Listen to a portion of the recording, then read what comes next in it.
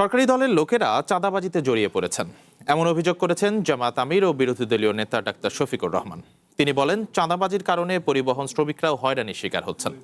দুপুরে ঢাকায় জাতীয় প্রেস ক্লাবে বাংলাদেশ পরিবহন শ্রমিক ফেডারেশনের ত্রিবার্ষিক সম্মেলনে জামায়াত আমির বলেন, সরকারের একজন জ্যেষ্ঠ নেতাও দুর্নীতি নিয়ন্ত্রণে ব্যর্থতার কথা স্বীকার করেছেন।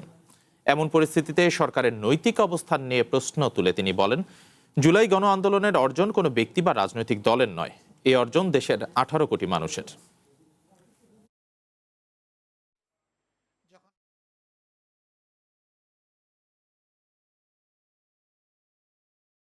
সরিষার মধ্যে ভূত আছে, অতএব ভূত তাড়াতে পারবে না এই সরকার। তাদের দলীয় একজন সিনিয়র নেতা কালকে বলেছেন